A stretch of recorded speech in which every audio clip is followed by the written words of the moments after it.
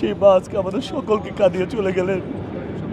যে মা এই বাংলাদেশিদের মুক্তির জন্য আপসহীন সংগ্রাম করে গিয়েছেন আমৃত্যু, সেই মা আজকে চিরবিদায় নিয়ে আমাদের কাছে চিরমুক্তি নিয়ে চলে গিয়েছেন।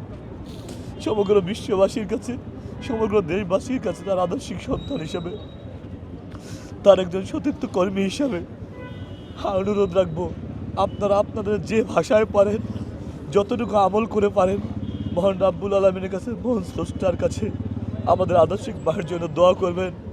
আমাদের জীবনের যদি ন্যূনতম কোনো ভালো কাজ থেকে থাকে, হে মহান রাব্বুল আলামিন, সবাইকে সাক্ষ্য রেখে বলছি, আল্লাহ তুমি তার উসিলা মহান রাব্বুল আলামিন আমাদের মমতাময়ী মাকে তুমি মাফ করে দাও।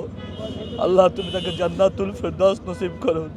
আর আজকে গণমাধ্যমের মাধ্যমে এই সরকারের কাছে আহ্বান জানাবো, আমাদের বাংলাদেশি জাতীয়তাবাদী আদর্শের জনক শহীদ রাষ্ট্রপতি জিয়াউর রহমান যেখানে শায়িত রয়েছেন, আমরা ধর্মপ্রাণ মুসলমান সকলেরই একটি কাঙ্ক্ষিত বাসনা থাকে, ইচ্ছা থাকে, যাতে করে তার দাম্পত্য জীবনে যিনি অংশীদার থাকেন তার পাশে শায়িত হওয়ার।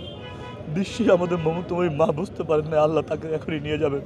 হয়তো তিনি তাহলে সেটি ব্যক্ত করতেন, অথবা পরিবারের কাছে হয়তো ব্যক্ত করেছিল।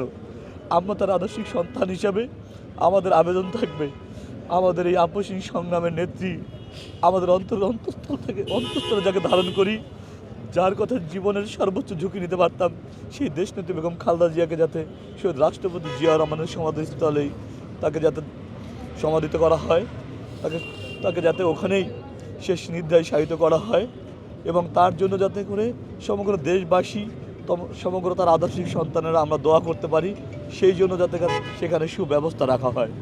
আর বিশ্ববাসীর কাছে তার আপসহীন সংগ্রামের ইতিহাস এই বিশ্বের কাছে তুলে ধরার জন্য, লিপিবদ্ধ করার জন্য, তাকে আন্তর্জাতিক মর্যাদা দানের জন্য বিনীত অনুরোধ করছি।